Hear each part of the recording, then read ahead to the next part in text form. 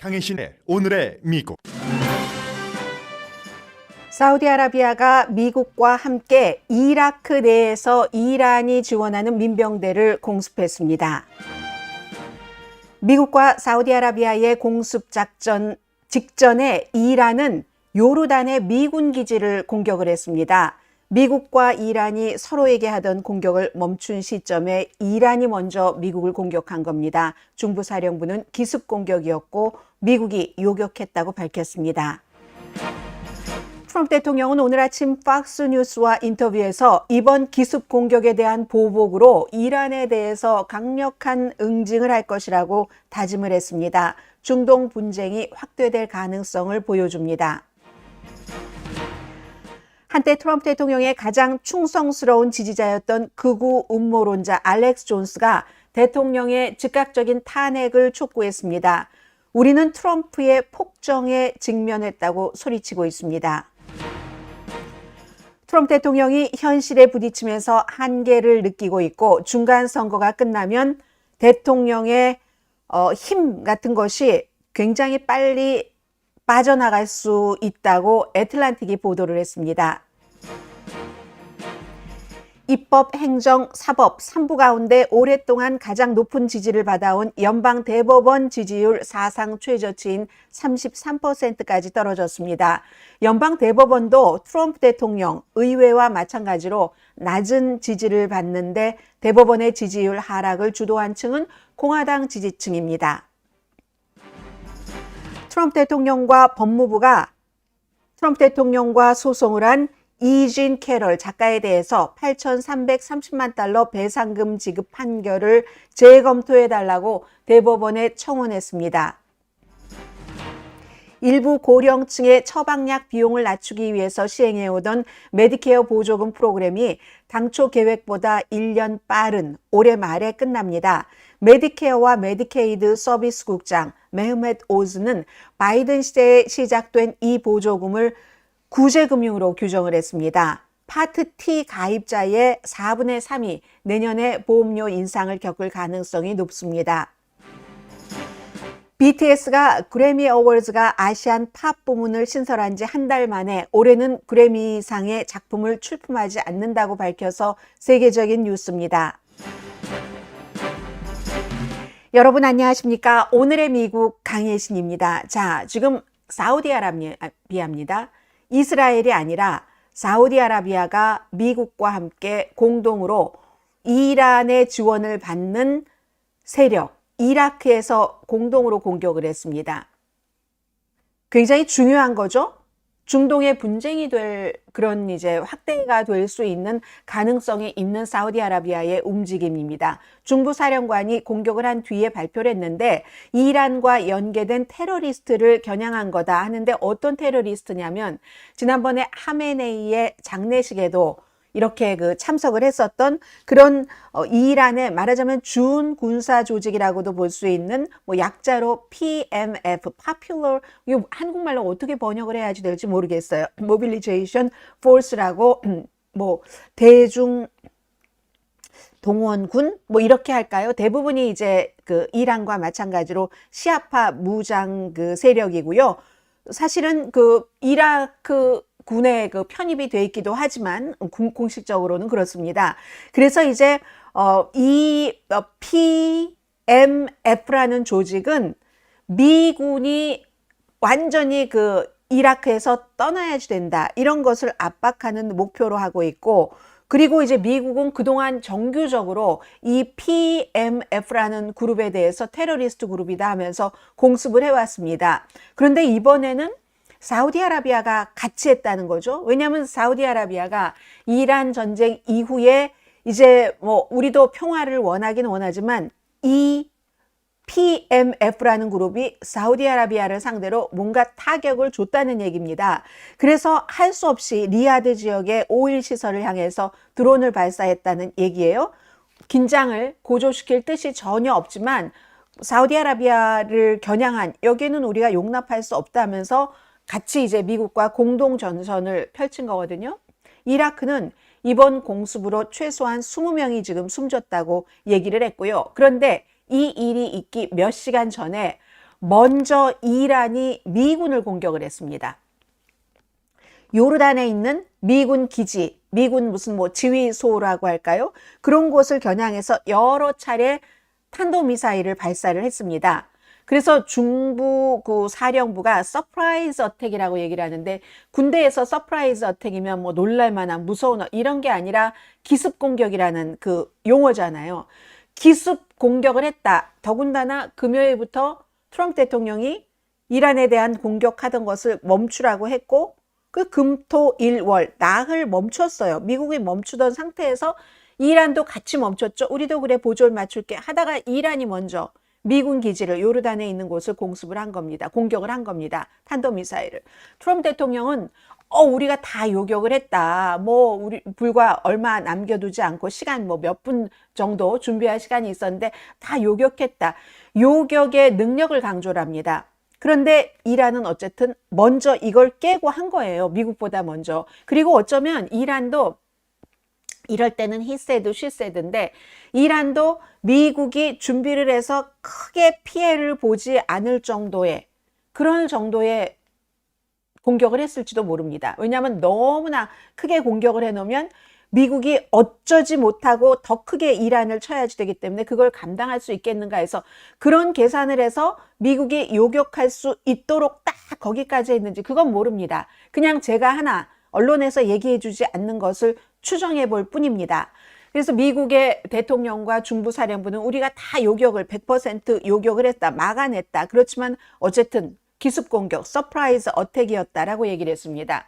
그럼 서로 나흘째 공격을 멈추던 것이 이게 격화됐다고 보이는 거고, 이런 공격을 당한 몇 시간 뒤에 사우디아라비아와 함께 미국이 이라크에서 이란의 지원을 받는 뭐죠? PMF라는 이런 준군사 조직을 공격을 한 겁니다.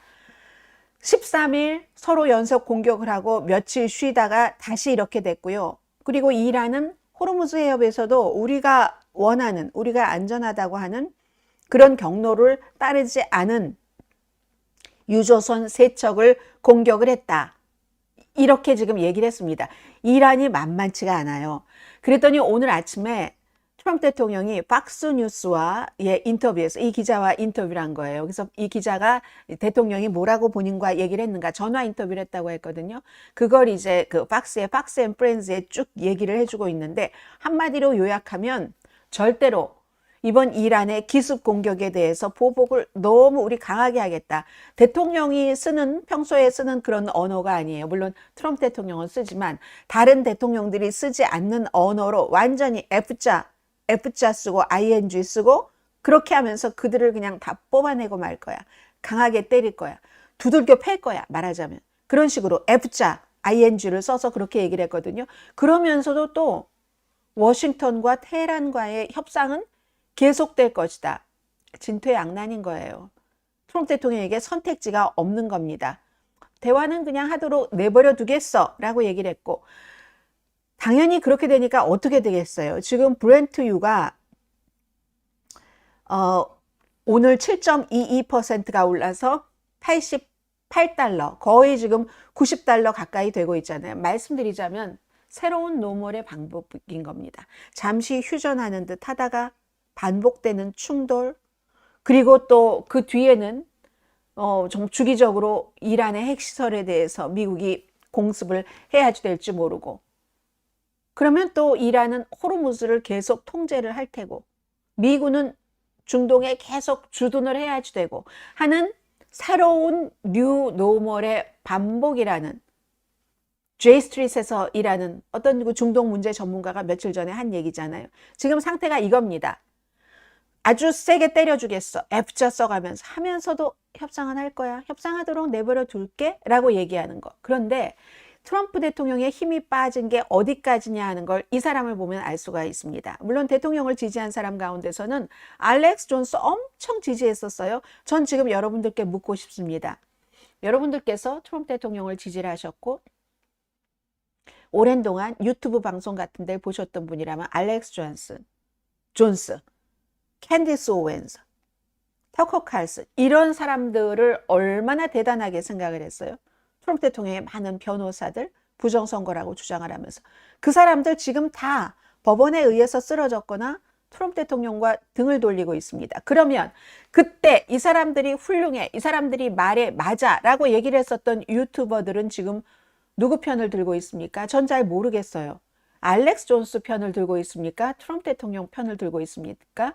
그러나 분명한 건 이처럼 강력하게 트럼프 대통령을 지지했었던 사람, 대통령을 탄핵시켜야지 된다는 거예요. 이 사람의 말이 중요해서가 아니라 분위기가 이렇게 바뀌었다 하는 것을 말씀드리기 위해서 제가 알렉스 존스를 데리고 나왔습니다. 뉴스를. 본인이 공동 진행자도 있고 해요. 이 사람이 샌디훅 초등학교 사건을 아이들은 다 총격 사건이 일어나지 않았는데 배우야, 아역 배우야, 왜 숨지지도 않았는데 숨긴 척하는 아역, 이렇게 해가지고 완전히 인포월 본인이 하던, 거기는 거덜나고 지금 새롭게 방송을 하고 있지만 막 손해배상 내고 이랬던 사람이잖아요. 그런데 이란 전쟁에 대해서 엄청나게 비난을 하면서 우리는 지금 트럼프 폭정의 직면에 있다. 다 일어서라. 막 선동을 하고 있어요, 지금. 가장 트럼프에 충실했던 지지자 가운데 한 명이었던, 물론 극우 음모론자죠. 즉각적으로 탄핵시키지 않으면 미국은 큰일 난다. X에 지금도 많이 인포워가 문을 닫고 이렇게 되면서 힘이 약해졌지만 400만 명이 넘는 팔로워가 있는 사람이에요. 아주 장광설을 어제 내뱉더군요. 트럼프 대통령이 리미티드 워, 제한적인 전쟁이 아니라 이건 총력전을 할 거다. 토럴 워, 이런 거 하면서 징병제를 이 사람 음모론자라고 말씀을 드리잖아요. 징병제를 할 것이다. 우리의 자유를 모두 빼앗을 거고 모든 것을 국유화할 것이고 기업의 일부 부분을 이익을 국가가 지금 가져가고 있잖아요. 그리고 인공지능을 통해서 우리를 밀어내려고 한다. 뭐 그거 음모자니까 이런 얘기 많이 할 거예요. 그러면서 본인은 완전하게 면책 같은 것을 누리고 보호를 누리면서 이런 얘기를 지금 하고 있습니다. 그래서 이 알렉스 존스가 그러면서 본인과 같이 과거에 활동을 했었던 터커 칼슨, 캔디스 오원스, 여기에 이제 이 대열에 알렉스 존스조차 이제 합세를 했는데 한 걸음 더 나가서 탄핵하라고 얘기를 하잖아요. 그리고 행정부 인사들에 대해서 예전에 무슨 나치 전범을 재판하듯이 그렇게 재판을 해야지 된다, 이렇게도 주장을 했거든요. 뉘른베르크식 재판도 요구를 했어요. 지금 미국이 처하고 있는 가장 큰 문제가 트럼프 대통령을 어떻게 멈추느냐. 의회의 전쟁 권한을 행사를 하도록 해야지 왜 의회의 이 권한을 대통령이 맘대로 하는가. 지금 징병 준비를 하고 있는 거다. 정말이지 완전히 통제불능이야. 지금 당장 이걸 요구한다. 트럼프 대통령 탄핵을 요구한다는 거예요. 수정헌법 25조든 탄핵이든 어떤 형태로든 이 문제를 전면에 내세우고 나라의 통제권을 트럼프 대통령으로부터 빼앗아야지 된다는 거예요. 그걸 위해서는 뭐든지 해야지 된다 하는 거. 탄핵 이유를 줄줄이 이렇게 얘기를 하면서 지금 미국 이 상황이 미친 것 같다라고 판단을 한다면 앞으로는 어떻게 되겠는가. 트럼프가 총력전으로 몰아넣어서 우리를 모든 것을 검열을 하고 자유를 빼앗고 모든 걸 국유화하고 AI로 우리를 밀어내려고 하는데 이건 재앙이다. 이걸 폭정이라고 얘기를 했습니다. 폭정의 직면에 있다. 근데 이거 웬 선동가예요? 그러나 대중들은 깨어나고 있다. 우리는 힘을 합쳐서 좌우를 초월해야지 된다고 얘기하네요. 이게 극우들이 가장 많이 하는 말 가운데 하나가 좌도 아니고 우도 아니다. 뭐 올바름을 추구한다 이런 얘기잖아요. 좌우를 초월해야지 되고 반드시 경제를 파괴하고 우리 병사들을 많이 죽음으로 몰아넣을 것과 같은 몰아넣을 것이 확실한 확전에 대해서 이걸 안 된다고 대중이 말해야지 된다. 대규모 지상 침공을 준비하고 있다. 그러면서 이게 음모론자라는 거예요. 모두 확인된 사실이다. 지상전 침공하기가 참 어렵다고 전문가들은 전부 보고 있습니다. 그런데 이 알렉스 존스는 지금 지상군 침공을 준비하고 있는 게 확인된 사실이기 때문에 이 순간 벌어지고 있다. 그러면서 이란에 대해서 전면적인 지상 침공을 하려고 하는 이런 혐의로 트럼프 대통령 탄핵을 당연히 요구를 해야 되고 좌우를 막론하고 미국인들은 지금 당장 힘을 합쳐서 의회가 전쟁 권한을 발동해 전쟁을 끝내도록 요구해야지 된다. 의회에서 지금 뭐 어정쩡하게 공화당이 하고 있잖아요. 지금. 그리고 나서 이 공동 진행자도 엄청나게 뭐 방송으로 구태여 말씀드릴 필요가 없는 그런 이제 음모론 같은 것에 대해서 많이 얘기를 했는데 제가 왜 이 말씀을 드리냐면 알렉스 존스라는 사람이 트럼프 대통령이 힘이 강하다면 지금 이렇게 얘기하겠어요? 본인이 트럼프 대통령 열심히 흠모하고 떠받들고 하면서 돈을 얼마나 벌었어요. 인포워를 통해서. 그랬을 때 지금도 그 상태가 지속된다면 대통령은 이렇게 하겠습니까? 이 사람은 이미 파악을 한 거예요. 지금으로서는 트럼프를 공격하는 게 유리하다. 그럼 인포워에 지금은 그 브랜드로 활동하지 않지만 알렉스 존스가 그렇게 파악을 했다면 그 파악이 맞는지 틀리는지는 모르겠습니다만은 정확하게 분명하게 어느 정도는 트럼프 대통령의 힘이 빠지고 있다. 그러니까 너무너무 대단하게 트럼프를 이렇게 하면서 트럼프를 이렇게 할 땐 그 사람들이 다 돈 많이 벌었어요. 지금도 트럼프 대통령이 좀 무리하다는 걸 알고 하면서도 본인의 이속 챙기기에 돈벌이에 더 도움이 되기 때문에 트럼프 대통령을 칭송하는 것을 놓치지 못하는 사람들이 많습니다. 이건 꼭 소셜미디어만 그런 게 아니에요. 매체도, 일반 매체도 마찬가지거든요. 뭐 예를 들어 원 아메리카 네트워크 같은데 이런데 뉴스맥스 같은데 트럼프 대통령 없으면 어떻게 하겠어요? 그리고 앞으로 그들도 파악하고 있지 않겠어요? 중간선거 끝나면 이게 약해질 텐데 하면서 때는 이때다. 더 극단적이 될지도 모릅니다. 지금 알렉스 존스는 근데 반대를 택한 거예요. 아, 이 시점에는 트럼프를 때려야지 되는구나 해서 알렉스 존스가 트럼프 대통령을 탄핵하라. 제가 목소리는 너무 자극적이기 때문에 들려드리지 않았습니다.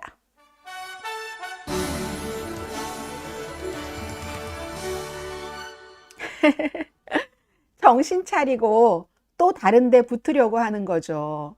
참 악마의 말이 주요 뉴스에 나온다는 것에 화가 나요. 유수김 선생님이 그렇게 얘기를 해주셨는데 이해합니다.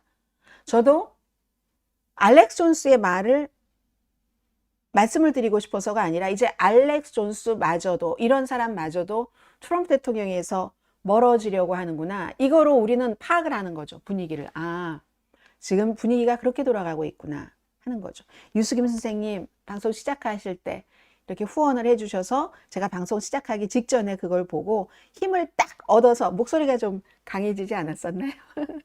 그래서 오늘도 방송을 했습니다. 너무너무 감사합니다. 좋은 의견도 주시고 돈으로도 후원을 해주시고 아, 참 너무너무 감사하고요. 토마스 안 선생님이 최근에 오늘의 미국에 가장 큰 그 후원을 해주시는 분이시고요. 또 그 후원의 범위는 아마 전 세계라고 말씀드릴 수는 없고요. 제가 잘 모르니까 한국과 미국의 유튜브 이 생태계에서는 가장 큰 액수를 후원을 해주시는 것으로 저는 알고 있습니다.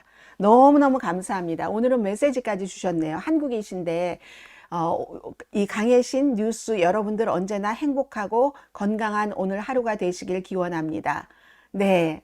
모두 행복하세요 라고 하는데 너무 감사합니다. 유수김 선생님도 감사하고 토마스 안 선생님도 감사하고 제가 정말 정신 차리고 방송을 하겠습니다.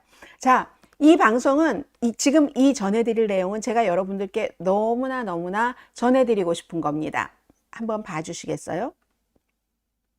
애틀란틱의 조나단 리미어 이분이 보도를 한 건데 여기 사진에 다 있죠? 기사도 제목도 있고 트럼프가 현실과 충돌한다. 트럼프가 크래시하는 거예요. into reality와 충돌을 해서 내 권한에 한계가 있다 하는 것을 배우고 있다. 여기 run이라고 했나요? 배우고 있다기보다는 느끼고 있다라고 하는 게 맞지 않을까요? 배우고 있고 느끼고 있고 이제 곧 자신의 존재감이 흐려지는 것도 절감할 것이다. 근데 그때의 반응과 그 이후의 사태는 우리가 알 수 없는 거지만 좀 전해드리겠습니다. 많은 부분은 오늘의 미국을 듣고 계신 분들은 확실하게 알고 계시는 부분이기 때문에 그 부분은 제가 빼면서 이건 지금부터 중간 선거가 끝나고 트럼프 대통령의 임기까지 어떤 일이 벌어질까 하는 것을 애틀란틱에서 전한 거거든요. 자, 보겠습니다. 트럼프 대통령은 자신이 역사상 가장 강한 인물이다 하는 것을 입에 올려왔다. 그리고 가장 강했죠. 트럼프 자신이라기보다 미국의 대통령이었는데 대통령이 가진 권한이 이렇게 많은데 트럼프라는 사람은 그 권한을 전혀 주저함 없이 마구마구 다 썼기 때문에 가장 강했던 사람입니다. 그리고 급기야 이란 전쟁을 일으켰습니다. 또 세계와 맺고 있는 경제적인 재편했고요.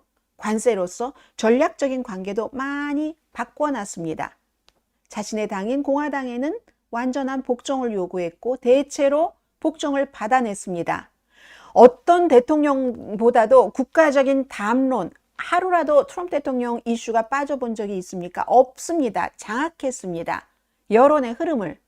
그리고 심지어 역사조차 자신의 취향에 바꾸려고 워싱턴 DC를 포함해서 어디 가나 다 트럼프예요. 우리가 쓰는 돈에도 트럼프, 여권에도 트럼프, 워싱턴 DC의 건물에도 트럼프, 법무부 건물, 어디 건물 다 트럼프입니다. 그리고 트럼프 대통령은 뉴욕타임스와 인터뷰에서 분명히 얘기를 했습니다. 나의 파워에는, 권력에는, 권한에는 한계가 없다. 이렇게 말을 한 사람이에요. 그리고 설령 그러한 것들이 부분적으로 사실이었다 해도 지금은 분명 아니다. 애틀란틱이 보도를 하는데 알렉스 존스 같은 사람이 탄핵해라 당장 이렇게 얘기를 하고 있잖아요. 최근 몇 개월은 트럼프 대통령에게 정말 심판의 시간이었고 그가 실제 존재하는 한계에 부딪혔다고 얘기를 하네요. 몇 주일이면 끝날 것으로 생각했던 이란 전쟁, 이 전쟁이 끝나기를 지금은 아마 절박하게 원할 겁니다. 그런데 할 수가 없어요. 너무 멀리 왔어요. 그래서 참모들로부터는 엇갈리는 조언을 받고 있죠. 누구는 도망쳐라. 말하자면 도망치라는 거예요. 누구는 확전하라. 손 떼고 나와라. 이거 도망치라는 거잖아요. 그냥 승리했다라고 선언하고 요즘은 공화당에서 이런 얘기 많이 합니다. 그래서 결국은 이란의 정권 테헤란으로부터 정말 테헤란의 강경파에게 굴욕을 당하는 트럼프가 돼버렸어요. 내 파워에는 한계가 없다. 뉴욕타임스와 인터뷰 그거 아주 오래전에 한 것도 아니에요. 몇 개월 전에 한 인터뷰인데 국내에서도 엄청 흔들리고 있습니다. 허우적거리고 있죠. 지지율 최저로 가라앉았고 공화당이 마침내 조금씩이나마 반기를 들기 시작해서 여러 가지 대통령이 원하는 법을 해주지 않고 지금 버티기를 하고 있잖아요. 그래서 이제 양당의 전략가들은 선거가 끝나고 나면은 최소 하원은 거의 분명해 보인다고, 이것도 이변은 있을 수는 있지만 민주당으로 넘어갈 것으로 전망을 하는데 그렇게 되면 민주당은 대통령의 남은 임기 가운데서 정말 무슨 의제 등을 다 막을 겁니다. 상원과 하원에서 결국은 합의를 해야지 대통령의 서명을 받아서 미국에서 법으로 되는 거잖아요. 어떤 때는 대통령이 먼저 제안을 하는 것도 있고 어떤 건 의회에서 먼저 하는 것도 있고 완전히 일이 되지 않을 것이라는 겁니다. 그리고 할 일은 트럼프 대통령과 트럼프 대통령 측근에 대한 조사에 들어갈 것이다. 그러니까 이렇게 되지 않으려고 트럼프 대통령뿐만이 아니라 수많은 장관들 등등의 사람들이 얼마나 중간선거에서 민주당이 되지 못하게 하려고 총력전을 지금 하겠습니까? 적어도 하원이 민주당이 다수당이 될 것이고 그러면 트럼프 대통령은 중간선거가 끝나고 나면 이렇게 의제 같은 거 못하는 것뿐만이 아니라 그때부터는 트럼프 대통령에겐 최악의 두려움인 무관심, 이게 시작될 것이라고 보는 거죠. 중간선거 끝나면 레임덕이에요. 여기서 상원이나 하원 중에서 하나라도 지면 트럼프 대통령은 이제 절뚝거리는 레임덕이 되는 겁니다. 그리고 대화의 주제도 되지 않아요. 이미 중간선거가 끝나고 나면은 공화당이 이기면 문제가 좀 달라지죠. 왜냐하면 의제를 앞으로 2년 동안 열심히 해야지 이것도 하고 이렇게 이슈를 가져갈 수 있지만 공화당이 지고 나면은 그 다음부터는요. 다음 대통령이 누구지? 차기 공화민주 대통령 예비선거 쪽으로 쫙 쏠립니다. 그래서 가까운 측근들조차 이게 지금 하원에서 지고 나면은 대통령이 어떻게 반응할까? 이걸 지금 짐작조차 못하고 있다는 거잖아요. 참 그게 베르사유 거기서 궁전에서 막 뭐 이란 전쟁 무슨 뭐 휴전 협정에 아주 멋지게 한다고 하고 거기를 정해서 만찬 때 막 합의하고 그리고 나서 교전을 피하려고 그렇게 애써 봤어도 영구적인 평화를 위한 협상은 교착이고, 아니 이제는 미국이 가만히 있는데 이란이 먼저 치네요. 그것도 미국의 미군 기지를. 참, 그러고 나니까 오늘 아침처럼 또 이게 한두 번이 아니잖아요. 앞으로도 저는 이런 일이 또 있으리라고 생각이 됩니다. 반전의 반전이. 확전에 대해서 위협을 얼마나 했어요. 그런데 여기서 중요한 말이 하나가 나옵니다. 이란은 트럼프 대통령이 허풍 떤다는 것을 간파하고 있었다. 트럼프 대통령이 또 오도 갈 데가 없다는 것을 간파하고 있기 때문에 어제 왜 요르단에 있는 미군 기지를 공격했는가, 여기에 대해서는 아직 이란이 밝히지 않았지만 트럼프 대통령의 그 처지를 간파하고 있기 때문에 대담하게 미국이 가만히 있을 때 이란이 먼저 공격을 할 수 있게 된 겁니다. 확전을 하지 못하는 이유가 여러 가지가 있죠. 군인들이, 군사령부가 뒤로 빠지겠다잖아요. 우리 안 된다. 요격 미사일 숫자 지금 위험할 정도로 적다. 그리고 또 다른 것은 정말로 신실한 그런 군인들이라면 잘못하다간 중동에서 이거 전쟁이 확대가 될 가능성이 있습니다. 걸프 국가들이, 미국 동맹국 걸프 국가들이 미국에 대해서 분노하고 있습니다. 이런 고언을 하겠죠. 지금에서는. 그 이전에는 댄 케인 합참의장만 했지만, 또 에너지 사태뿐만이 아니라 중동 그쪽 지역에 이렇게 저렇게 여기저기가 다 전쟁에 얽혀서 난민 사태가 발생할 수도 있습니다. 트럼프 대통령은요, 이것은 전부터 나왔었던 얘기예요. 경제가 너무너무 나빠져서 이 호르무즈, 오일 이런 것들 때문에, 그래서 경제 혼란이 글로벌적으로 일어나면 그러면 자기는 후보 대통령 되는 거죠. 이걸 제일 두려워한답니다. 트럼프 대통령이. 영향력 있는 공화당의 보수주의자들이 지금이라도 누가 승리했다고 믿겠어요. 그러나 그냥 말이라도 승리했다고 선언하고 그냥 이란 사태에서 빠져라 라고 촉구하기 시작했습니다. 공화당도 너무 늦게 했죠. 처음부터 왜 우리에게 아무것도 의논하지도 않고 보고하지도 않고 전쟁을 시작했는가 하고 강하게 나갔어야죠. 이제 와서 왜 그래요? 트럼프 대통령 보호하려고? No. 자신들 보호하려고 지금 하는 거죠. 지금 이제 와서. 그렇게 해야지만 본인들이 중간 선거에서 좀 이길 수 있으니까. 그런데요, 지금 이 상황에서 트럼프 대통령이 빠지기도 어려운 게 호르무즈 해협 때문에 빠질 수가 없는 거예요. 이란이 맘대로 하면 어떻게 될 건데요? 통제권을 쥐고 흔들면은, 그리고 이란 정권은 이스라엘을 포함해서 이스라엘에 완전히 텔라비브까지 공격을 할 것이다라고도 경고를 했잖아요. 이웃 국가들 아무런 처벌받지 않고 미국이 빠지면 공격할 수도 있게 되는 거잖아요. 진퇴양난입니다. 그래서 트럼프 대통령이 임기 2기 들어와서는 잘 다른 데 안 갔어요. 안 갔는데 미시건주에 갔잖아요. 자동차 공장에, 포드. 거기 가서 했었던 게, 아니 포드 공장 거기 가서 경제 이런 얘기 많이 해야지 되는데, 물론 두 가지예요. 경제에 대해선 지금 나쁜 건 다 바이든 때문에 그렇대요. 그리고 부정선거를 엄청 주장을 했습니다. 그 자리에 트럼프 대통령과 같이 간 사람도 트럼프 대통령이 미시건주에서 2번 이겼다고 가짜 주장을 하는 하원 의원과 같이 갔습니다. 트럼프 대통령이 어디 미시건주에서 2번 이겼어요? 3번 이겼어요. 3번 이겼다고, 2번이 아니라. 2번밖에 안 이겼는데. 처음에 이겼고, 그리고 바이든이 이겼었고, 그 다음에 다시 이번에 트럼프가 이겼잖아요. 그런데 뻔하게 그런 계산이 된 것을 가지고도 그 사람도 이상한 사람이죠. 미시건주에 살고 계신 분들은 찾아보세요. 하원 의원. 2번 이겼는데 3번 이겼다고. 그러니까 그만큼 부정선거를 주장하는 사람과 같이 갔다는 것은 지금 부정선거, 그래서 다 대국민 연설 같은 것도 해놨다는 것 아니겠어요? 자, 그래서요, 지금 생각을 해보면 그런 거짓 주장한 것이 있고, 존 튠 공화당의 상원 원내대표가 트럼프 대통령 말을 안 들어줘요. 우편 투표 같은 것을 어렵게 하는, 이걸 좀 어떻게 해서 지금 정식으로 하면 통과되기가 어려우니까 어떻게 숫자를 어떻게 이렇게 해서 이거 지금 꿈쩍하지 않거든요. 그 사람도 트럼프 힘이 강했을 때 트럼프 대통령 다 따라갔습니다.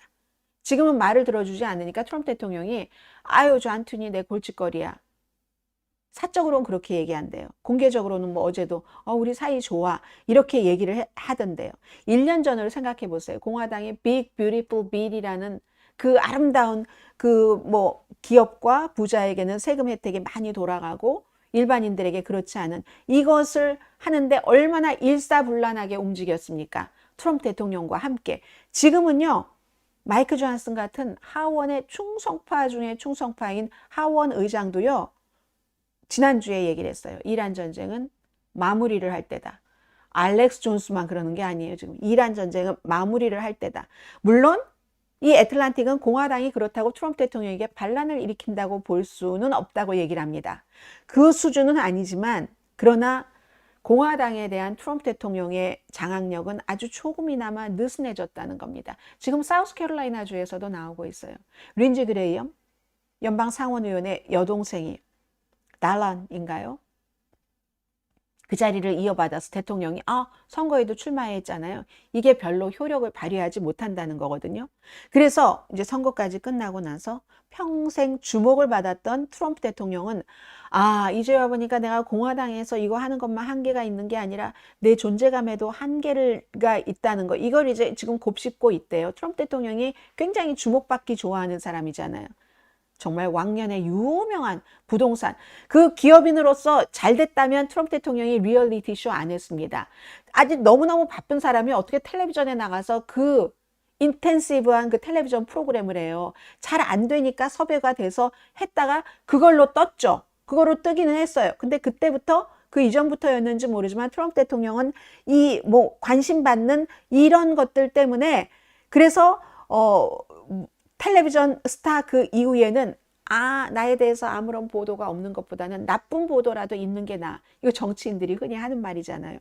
이걸 트럼프 대통령이 누구보다도 먼저 알고 실천을 했었던 사람이거든요. 어떤 때는요, 뭐 어디에 기사 같은 거 나는데도 본인이 누구라고 트럼프면서 거짓말로 트럼프 아니라고 하면서 막 가짜 제보도 하고 막 이랬었던 사람이에요. 그 정도로 관심 받기를 좋아하는 오죽하면 시사주간지 타임에 가짜로 자기가 타임지 그 커버 스토리에 나왔다고 이렇게 해서 사무실에다가 걸어뒀겠어요. 인공지능 같은 거 나오기 훨씬 전에 나중에는 물론 대통령이 되고 나서 커버 스토리가 여러 번 됐었지만 그런데 애틀란틱은 트럼프 대통령의 초능력 가운데 하나가 관심을 끄는 것, 뉴스 사이클을 바꾸는 것, 하나의 댓글이나 트윗으로 모든 마켓을 움직이는 것 이런 거, 큰 소리, 또 끊임없는 반복이에요. 부정선거 이렇게 그것으로써 국가적인 대화를 이럴 때 담론이라는 말을 쓰면 담론이 싫어할지도 모르지만 그런 걸 만들어가는 초능력자다라고 얘기를 합니다. 그런데 이제는 트럼프 대통령이 점점 이렇게 힘이 이제 빠지기 시작을 하잖아요. 정치 일정은 가차 없습니다. 중간선거 11월의 첫 번째 화요일로 정해졌고요. 그때부터는 2026년 말이지만 2028년 대통령 선거로 확 돌아갑니다. 왜냐하면 그 전에 예비선거에서 민주당도 공화당도 다 후보를 뽑아야지 되잖아요. 그리고 이번에 선거에는 대통령이 뭐 백악관 출입기자 만찬할 때도 2028년 모자를 쓰고 나왔지만 못 나오잖아요. 헌법상. 스티브 배넌 같은 사람은 방법이 있어. 나온다니까. 우리가 지금 그거 준비하고 있어. 라고 하지만 상식적으로는 이 상식을 또 뛰어넘을 수도 있지만 2028년도 트럼프 대통령이 나올 수 있는 확률이 거의 없겠죠. 이란 전쟁 이렇게 가고 있는데 뭐를 좀 무리해서라도 2028년에 다시 한번 하세요라는 그런 분위기가 형성 안 된다고 봅니다. 그러면 현직 대통령이 없어요. 그런 때는 더 그 미래의 예비선거 후보들에게 포커스가 쏠릴 수밖에 없잖아요. 트럼프 대통령 더 이상 날마다 뉴스에 안 나올 수도 있습니다. 10년 전에 트럼프 대통령이 이제 딱 내가 대선에 출마하겠어 라고 발표했던 때가 그때 처음에 갖고 나왔던 게 오바마가 미국 시민이 아니다. 러시아의 블라디미르 푸틴이 계속 하던 그 말을 가지고 나오면서 내가 대통령 선거에 출마한다. 그때 트럼프 타워에서 그 에스컬레이터 타고 쫙 멜라니아 트럼프와 같이였던가 쫙 내려왔잖아요. 그때 이후에 트럼프 대통령은 하루라도 언론의 주목을 안 받은 게 거의 없습니다. 대통령에 떨어지고 나서도 여러 가지 소송 등등이 있었기 때문에 물론 갑자기 트럼프 대통령이 사라질 것이라는 건 아니지만 킹메이커를 목표로 하겠죠. 당연히. 어느 대통령과 마찬가지로. 더군다나 누가 차기에 공화당에서도 누가 대통령이 돼야지 나를 보호해 줄 것이다. 내 가족을 보호해 줄 것이다. 그런 생각 안 하겠어요? 오늘 파이낸셜 타임즈의 한 칼럼을 보니까 트럼프 대통령이 사우디아라비아와 핵협정 맺은 것, 이게 제대로 될 리가 없어. 그러나 제대로 될 리가 없긴 하지만 그 사이에 트럼프 대통령과 트럼프 대통령 가족들은 엄청나게 부자가 돼 있을 거야. 이런 칼럼이 있던데, 이게 지금 트럼프 대통령은 그런 것을 다 생각을 할 때 내가 대통령에서 내려가고 나서도 어떠한 처벌을 받지 않게 하기 위해서 누가 돼야지 되지? 킹메이커 역할을 하게 되겠죠. 그리고도 2년 동안 여전히 다른 아젠다는 안 돼도 트럼프 대통령이 군 통수권자인 것은 맞습니다. 맞지만 기본적으로 선거가 끝나고 나면 민주당이 하나에서라도 하원에서라도 다수당이 되고 나면은 굉장히 이제 추궁을 받을 거고, 그 뒤에 만약에 민주당이 대통령이 된다면 그러면 민주당 대통령이 이끄는 법무부에서 엄청난 추궁을 받을 수 있을 겁니다. 그래서 이게 대통령이 과연 그러한 것을 감당할 수 있을까? 제목 자체가 현실과 지금 충돌하고 있다는 거잖아요. 이미 힘이 빠지고 있어요. 트럼프 대통령은. 아마 이란 전쟁을 시작하지 않았다면 대통령의 힘이 이 정도로 빨리 빠지지는 않았을지도 모릅니다. 그러나 지금 빨리 빠지고 있고, 저는 이 뉴스를 전해드리면서 이 애틀란틱은 여기서 끝났거든요. 트럼프 대통령이 본인이 관심 밖으로 놓여지는 그 상태를 받아들일 수 있을까? 정말 그걸 잘 받아들일 것이라고 생각한 사람은 아무도 없다. 에서 끝났거든요. 저는 모든 매체는 그래서 트럼프 대통령이 뉴스에서 사라진다라고 보고 있잖아요. 점차적으로는 마침내는 사라지겠죠. 그러나 사라지지 않기 위해서 엄청난 좌우 충돌, 좌충우돌을 할 수도 있겠구나 하는 그런 생각도 듭니다.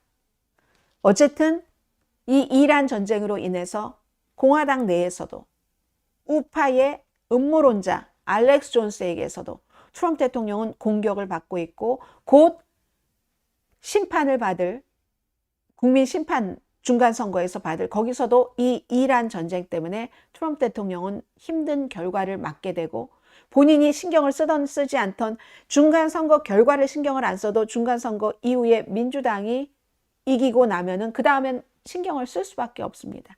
굉장히 약한 상태로 트럼프 대통령이 이 힘이 더 빨리 더 약하게 빠질지도 모릅니다.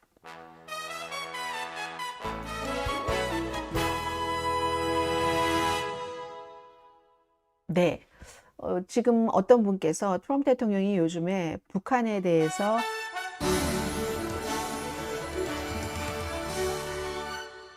한마디라도 하고 있나? 뭐 정신 차립시다. 뭐 이런 얘기를 하시는데요. 한마디도 뭐 안 한다면, 한마디라도 한다면 러브레터에 대한 그리움이 아닐까요? 하는데, 며칠 전에 한국에서 트럼프 대통령이 뭐 곧 북한을 방문한다 이런 보도가 있었나요? 그런 얘기들을 나누시던데 미국에서는 그런 얘기 없었거든요. 그리고 물론 어떤 때 예를 들어서 이란 전쟁이 이렇게 막 빠진다, 수렁에 빠진다, 늪에 빠진다, 늪에 빠져 있다, 늪에서 허우적거린다. 이미 베트남전 린든 B 존슨의 베트남전과 마찬가지로 트럼프 대통령은 이란 전쟁이 그렇게 될 것이다 하는 얘기들을 많이 합니다.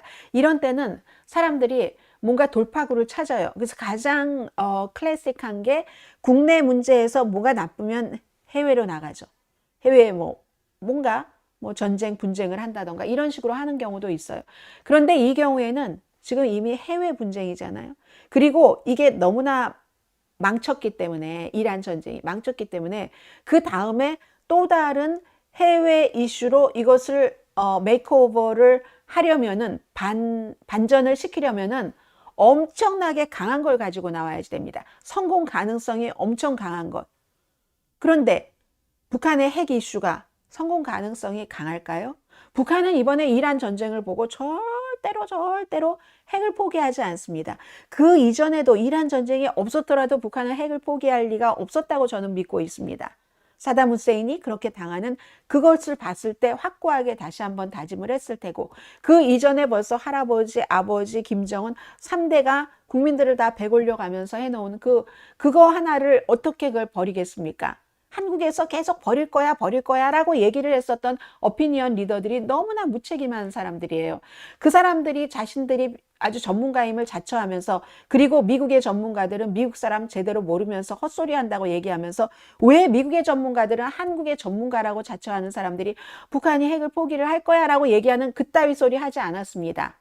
후진 사람들이나 그따위 얘기를 했었지. 근데 그때도 하지 않았던 것을 북한이 지금 하겠어요? 안 하죠. 그러면 미국에서 트럼프 대통령은 미국에서 박수를 칠 수 있는 결과를 북한에서부터 가지고 와야지 됩니다. 미국에서 모든 사람들이 박수를 칠 수 있는 것은 북한이 핵을 포기한다지, 북한이 핵을 완전히 북한 핵을 인정한다? 이거 아닙니다. 그렇게 하려면 이것도 이란 전쟁에서 차라리 일찌감치 성공했다 하고 끝냈으면 모르는데, 이것도 너무 늦게 왔어요. 트럼프 대통령이 무슨 싱가포르 갔을 때, 하노이 갔을 때, 그런 때 그렇게 했다면 모르지만, 어느 정도 북한의 그 핵을 좀 인정을 해주고 여기서 동결을 해라 하고 했다면 모르지만, 지금은 안 돼요. 이제는 그 이슈 가지고는 안 됩니다. 물론 대통령 임기가 2년 남았으니까 어떤 다른 때 다른 것으로 할지는 모르지만, 지금 이 이란 문제 같은 것을 잠재우기 위해서 북한을 방문을 한다? 이거 아닐 것 같아요. 그리고 무슨 이제는 사람들이 국내에서도 그렇게 생각하지 않습니다. 자, 자, 대통령이고요. 이 부분도 미국이 참 안 됐네요. 어떻게 보면은. 헤드라인만 들으면 나 아는 얘기야 라고 생각을 하실 수도 있어요. 연방 대법원이 트럼프에게 조인을 했다나요? 트럼프 대통령뿐만이 아니라 의회에도 조인을 했는데 지지율이 허약한 것, 그겁니다. 미국의 사법부는 3부 가운데서 가장 존경을 받아요. 지금도 마찬가지예요. 지금도 트럼프 대통령에게 유일하게 반기를 들고 이렇게 하는 곳이 지금의 연방 대법원을 말씀드리는 거고, 그냥 일개 판사들이잖아요. 일개 판사들이 어떤 때는 내가 정말로 피해를 볼 수 있어, 트럼프 대통령의 성격을 아니까 하면서도 트럼프 대통령이 원치 않는 판결을 내리죠. 그래서 어떤 사람은 나이 많이 드신 분이 은퇴하고 나서 나는 트럼프에 반대하는 운동을 할 거야. 나는 이제 은퇴해도 여한도 없고 그럴만 하니까 은퇴를 하고 이제 내가 직접 나서서 지금 은퇴할 수 없는 그런 법관들이 말하지 못하는 부분까지 할 거야 라고 했었던 그런 부분까지 계시잖아요. 판사가. 그런 식으로 3부 가운데서 사법부가 가장 존경을 받았는데, 지금 트럼프 의회와 마찬가지로 낮은 지지를 받는 처지로 전락했다 하는 겁니다. 그래서 이거 왜 중요하냐면 이 갤럽의 여론조사거든요. 근데 개별적인 한 사람 한 사람에게만 사람들이 실망을 하고 싫어하는 게 아니라 대통령 이런 것뿐만이 아니라 institution, 미국이 그렇게 자랑을 했었던 institution, 제도, 여기에 대해서도 사람들이 이제 싫어한다는 거예요. 불만을 갖는다는 거예요. 제도 이런 게 공정하게 일을 하지 않는구나. 어떤 때 나를 위해서 일할 수도 있고 내가 원하지 않는 것이 될 수도 있지만, 적어도 연방 대법원의 판결이 공정했어?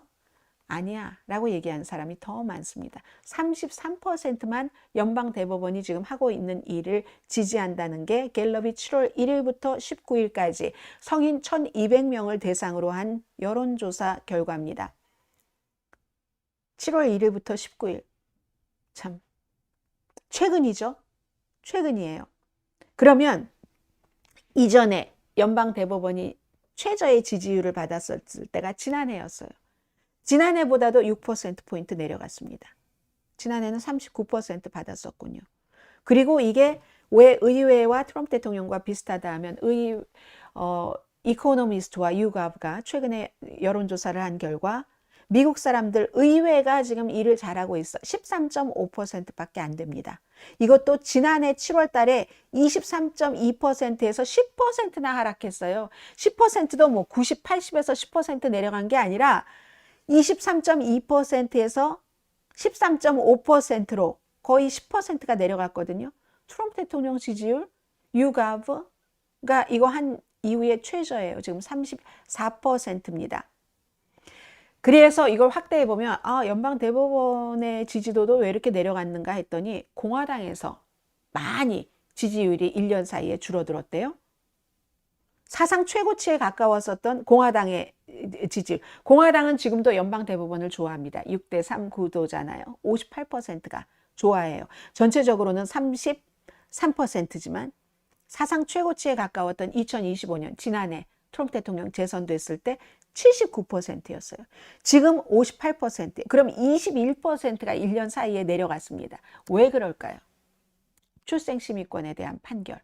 이걸 공화당은 싫어하는 거예요. 출생시민권, 미국에서 태어난 사람은 지금까지 헌법적인 판결도 그렇고 이러이러한 것으로 그대로 유지를 해야 된다. 출생시민권이 합헌이다. 이 판결을 사람들이 너무 싫어했죠. 그리고 또 있어요. 관세. 아니 본인들이 돈 내면서 그 돈 내는 게 그렇게 좋아요?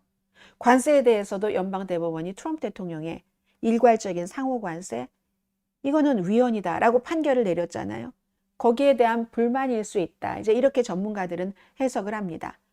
민주당의 지지는요. 민주당은 연방대법원을 언제 제일 싫어했냐면 낙태권. 이거 판결을 했을 때 제일 싫어했어요. 지금 갤럽이 연방대법원에 대해서 이제 이 호불호를 처음 물어본 게 2000년도래요. 그때는 미국 사람들 62%가 공화민주 다 합쳐서 무소속까지 무당파까지 연방대법원을 지지를 했고 2010년까지도 뭐 반 이상이 지지를 했어요. 그 다음에 2015년 트럼프 대통령 막 등장하기 시작하고 이러면서 40%대에서 오르내리다가 지금 33%까지 내려간 거거든요. 그러면 전체적으로 미국의 막 핵심적인 기관이 연방대법원을 포함해서 한 14가지로 구분이 되잖아요. 군에 대한 지지율 뭐 여전히 제일 높을 테고 얼마큼이나요? 군에 대한 지지율이라든가 그리고 뭐 의회라든가 이런 민간도 있고 경찰도 있고 공립학교, 대통령직 형사사법제도도 있고 민간 부분도 뭐 의료체계라든가 교회, 은행 이런 것들이 있는데 이제 미국 사람들이요 핵심적인 기관 14군데 여기에 대해서도 전반적으로 다 신뢰도가 낮아졌는데 이게 왜냐하면 정치적으로 양극화가 되면서 전반적으로 다 미국 자체를 안 믿게 되는 거죠. 지금 이렇게 된다는 겁니다. 아무튼 당파 간의 격차가 너무너무 지금 심하고요. 그리고 또 백악관에 누가 오느냐에 따라서도 이게 달라지는 거예요. 백악관에 누가 오느냐? 트럼프 대통령을 지지한 사람들이 백악관에 트럼프 대통령이 왔는데 트럼프 대통령이 원하는 관세나 출생시민권을 연방대법원이 그걸 위헌이라고 했단 말이야. 싫어. 이렇게 된다는 지금 그 얘기죠. 그래서 이번에도 어쩌면 연방대법원이 이것을 어떻게 결론을 내릴지 모르겠어요. 저도 오늘 처음 안 미국 법이 하나가 있는데 트럼프와 연방법무부가 이진 캐롤 얼마 전에는 이분이 이제 뭐 그런 칼럼니스트였잖아요. 근데 본인이 트럼프 대통령에게 뭐 성적인 그 피해자다 해서 500만 달러 이상 되는 돈은 결국은 트럼프 대통령이 요리조리 안 내보려고 했는데 지급했어요. 어카운트로 지금 들어갔어요. 그리고 지금은 8,330만 달러 케이스입니다. 서로 다른 케이스였어요. 같이 이제 성 이런 문제, 그리고는 대통령이 뭐 명예훼손했다 하는 이런 거였는데 트럼프 대통령이 하급심에서 이거 돈 내지 않게 하려고 기각해달라고 했는데 하급심에서 계속 거부를 했어요. 이걸 그러니까 말하자면 연방 대법원에 상고를 했는데 어떤 식으로 했냐면 저는 이런 법이 있는지 몰랐습니다. 특히 이 법 가운데서도 두 번째. 트럼프와 법무부가 같이 이 케이스를 8,330만 달러를 이진 캐롤에게 내라 하는 판결을 기각해 달라는 겁니다. 기각해 달라는데 그 근거는 연방 정부의 공무원이 자신의 이 일을 하는 도중에 했었던 발언으로 소송당하잖아요. 그러면 연방 정부가 대신해서 소송을 할 수 있는 피고가 될 수 있다는 겁니다. 이건 뭐냐면 트럼프 대통령이 대통령이었을 때 이진 캐롤에 대해서 대통령으로서 발언을 한 것 있잖아요. 그건 대통령이 연방 공무원이기 때문에 그렇게 됐을 때 연방 정부가 대신 소송의 피고가 될 수 있다. 이때 연방 정부가 뭐예요? 법무부라는 거예요. 그 내용은 뭐였냐면 기자들이 대통령이 이제 대통령이었을 때 계속 물어보잖아요. 이진 캐롤에 대해서. 그럼 이진 캐롤이 뭐 했다, 거짓말이었다, 뭐였다. 그때 계속 말을 했었던 거 그것 있잖아요. 그것을 공무라는 거예요. 그게 공무. 그럼 사람들이 왜 공무야? 그게 예전에 몇십 년 전에 있었던 사무지 왜 공무야? 이렇게 얘기를 하면 연방 지금 법무부에서는 아니다. 대통령이 대통령이었을 때 기자들이 그 사건에 대해서 물어봐도 대통령은 대통령으로서 답변을 했기 때문에 그거 공무라는 거예요. 그게 공무라는 거예요. 그래서 그러니까 이걸 우리가 피고가 되게 해달라. 이렇게 되는 경우는요. 대통령은 빠지는 거예요. 대통령은 빠지고 법무부가 피고가 되는 건데 이미 나온 판결인데도 8,330만 달러. 제가 몰랐던 건 두 번째예요. 있잖아요. 연방 정부를 상대로 명예소송을 할 수가 없다네요. 정부는 명예소송으로 고소를 당할 수 없다 하는 그런 연방 뭐 불법 행위 청구법이라는 게 있대요. 약자로 뭐 FTCA라는 법. 그런 규칙이 있어요. 그러면 뭐 여러 단계의 복잡한 절차가 있더군요. 소송 자체가 없어지는 겁니다. 소송 자체가 없어지면 그러면 누가 돈을 내요? 아무도 돈을 안 내는 거죠.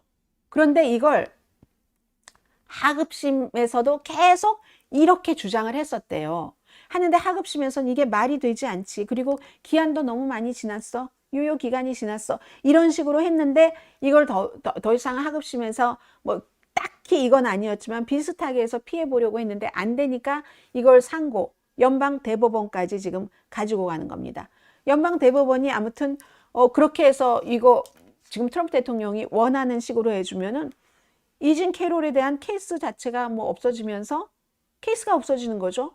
정부는 명예훼손을 당하지 않으니까 8,330만 달러를 트럼프 대통령이 물지 않아도 되는 거예요. 지금 그렇게 되는 지금 이 케이스입니다. 그래서 대법원이 이걸 어떻게 할 것인가. 아직까지 접수는 했어요. 법무부와 트럼프 대통령은 접수를 했는데 대법원은 이걸 심의한다, 심의하지 않는다라는 것을 지금 뭐 휴회 기간이겠죠? 하니까는 발표하지 않았고 할 것인지 말 것인지부터 결정을 해야지 되겠죠. 이걸 대법원이 한다? 하겠어? 그렇게 하겠어? 하면은 8,330만 달러가 날아가는 거고 이진 캐롤로서 이 사람은 그 돈을 뭐 개인이 뭐 쓴다 이렇게 얘기하진 않았어요. 그런데 어쨌든 그렇게 되는 거고 여론은 어떻게 될까? 트럼프 대통령을 지지한 사람은 그것조차도 연방 대법원이 잘했다고 하고 칭찬을 할 수도 있고 아니면 반대로 그럴 수도 있는 건데 그런데 지난번에 케이스를 보면은 500 몇십만 달러에 대해서는 이것도 트럼프 대통령이 연방 대법원까지 가지고 갔잖아요.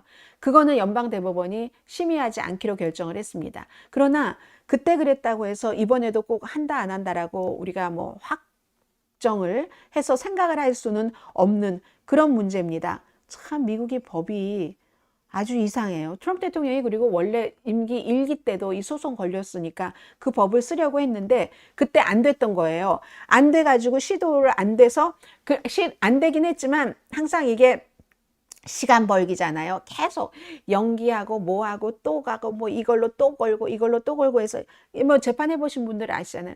길게 이렇게 했어요. 딱 그러다 바이든이 대통령이 됐잖아요. 그거를 그러니까 막 묶어놨던 것을 바이든이 그렇게 하려는 시도를 바이든의 법무부가 철회를 해버렸습니다. 그리고 백악관에 복귀를 해서 다시 이제 이런 일을 하는 거예요. 대법원이 이거 받아들이면 아무튼 트럼프 대통령 8,330만 달러 버는 겁니다.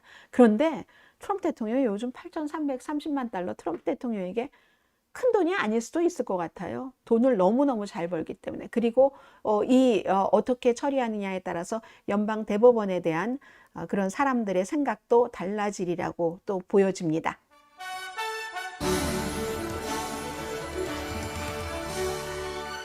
메디케어 말씀을 조금 드리겠습니다. 자, 메디케어 트럼프 행정부가 이 약값 보조금이에요. 그러니까 파트 D죠. 약값 보조금을 원래 예정됐던 것보다 1년 빨리 끝내서 올해 말에 끝난답니다. 이게 바이든 때에 시작이 됐었던 거거든요. 메디케어, 메디케이드 서비스 국장인 메흐멧 오즈 트럼프 대통령이 선택을 했습니다. 이거 구제금융이다. 그 당시 오바마 때는요, 처방약값을 내려줘 하고 사람들이 엄청 좋아했어요. 근데 이게 구제금융이라는 거예요. 해서 2,500만 명 정도가 그렇게 되는 경우 내년부터 뭐 이 보험료가 조금 인상될 수 있다는 거거든요. 해서 이 그 오즈 국장은 대형 보험사에 세금이 많이 들어간다. 올해 한 해 동안 36억 달러 정도 됐대요. 이거 구제금융이지 연방정부가 알아서 잘할 거야. 알아서 어떻게 잘한다는 내용은 없어요. 그러면은 이 파트 D 가입자도 다 케이스 바이 케이스니까 한 4분의 3 정도는 보험료 인상을 겪을 가능성이 있답니다. 뭐 매달 얼만큼씩 오르겠죠. 그래서 파트 D는, 파트 A는 병원에 입원하는 거, 파트 B는 병원에는 입원하지 않지만 의사 진료라든가 아니면 예방 조치라든가 여러 가지 있잖아요. 그리고 파트 C는 파트 A, B를 합친 거, 때로는 파트 D까지 합친 거, 파트 D는 이제 처방약 이렇게 돼서 섞으잖아요. 파트 A와 B가 오리지널이고 뭐 이게 섞어서도 하고 개인마다 다 다르기 때문에 뭐라고 말씀드리지는 않겠어요. 이게 정치적으로는 이 같은 조치가 생활비 부담이 엄청 큰데 아니 처방약값 이거 하는 파트 그 D를 빨리 끝낸다고 하면 논쟁이 될 수 있겠죠. 공화당이 중간 선거 앞두고 이게 별로 좋지는 않을 거예요. 근데 연방 정부는 돈 아낄 수 있는 거에서는 다 아끼자 하는 이런 것들이 조금 있어요. 아무튼 그래서 지금 이렇게 됐다는 거 말씀드리고요. 아마 여러분들 보험 관리해 주시는 분들이 잘 설명을 하실 텐데 그래도 제가 말씀을 드렸습니다. 메디케어는 나이가 많으신 65세 이상의 되신 분과 장애인 분들에 대한 건강보험이고 메디케이드는 이제 소득이 낮은 분들에 대한 거고 그러면 메디칼은 뭐냐? 메디칼은 CAL이잖아요. 캘리포니아에서는 메디케이드를 메디칼이라고 부르고 있습니다. 자, 오늘 마지막 이슈인데 BTS 이슈예요. BTS 이 이슈를 이거는 뉴욕타임스 사진인데 모든 매체, 세계적인 매체가 다 보도를 하고 있는데 이거 저거네요. 월드컵 때 다이너마이트 불렀던 거네요. BTS가 전원이 다 2027년 그래미 어워즈에 자신들의 음악을 출품하지 않겠다라고 발표한 겁니다. 그리고 이제 음악이 지역이나 언어로 나뉘기보다 있는 그대로 들리고 사랑받을 수 있길 바랍니다. 그러니까 이게 BTS 이 그래미에서 아시안 부분을 따로 이렇게 만들었잖아요. 아시안 그 팝 부분을 신설하고 한 달 만에 지금 이렇게 얘기를 한 거거든요. 그리고 BTS는 인기는 그렇게 많지만 막 번번이 여기에 올라가도 상을 받지 못했어요. 올해도 뭐 아리랑 같은 경우는 올해의 무슨 노래 후보라든가 뭐 그런 올해 앨범상이라든가 많이 경쟁을 할 것으로 예상이 됐었는데 뭐 다이너마이트 이런 거는 아시안 언어가 아니니까 거기에는 올라가지 못하게 되겠죠. 그런데 어쨌든 이런 것들 때문에 왜 구태여 우리는 더 크다는 뜻 아닐까요? 그런데 이걸 이렇게 좁혀놓고 이러니까 여기에 대해서 그렇다 해서 사람들도 그걸 구태여 음악인데 이걸 아시아 아티스트들을 더 키우고 이런 게 아니라 특정 범주에 뭐 가둬버리는 것 아니냐? 뭐 이렇게 얘기하는 사람들 많아요. BTS 멤버들도 그렇게 얘기들을 하고 해서 아미들에게 팬들에게 뭐 언제나 함께 해주셔서 감사합니다. 이렇게 얘기를 하고 모든 매체에서 다 BTS에게 이거 좀 인터뷰를 요청을 했대요. 근데 인터뷰를 지금 잘 안 하고 있는 것 같고 이 지금 BTS의 월드 투어가 테일러 스위프트의 그 공연에 뭐 거의 맞먹지 않을까 이렇게 보고 있다. 사람들이 그렇게 얘기를 하는데 그래미도 K-팝이 계속 인기가 있는데 이걸 어떻게 반영하는지 고민하는 것 같아요. 왜 BTS는 물론 어떤 분들은 BTS 음악을 충분히 소화하지 못하는 그런 분들도 계시지만 아미가 그렇게 많다는 건 BTS가 엄청나게 인기가 있는 거잖아요. 그렇게 인기가 있는데도 상은 한 번도 못 받았어요. 그러니까 그래미에서 이제 뭐 K-팝 저기 뭐죠? 데몬 헌터스 이런 건 골드는 받았지만 그러니까 뭐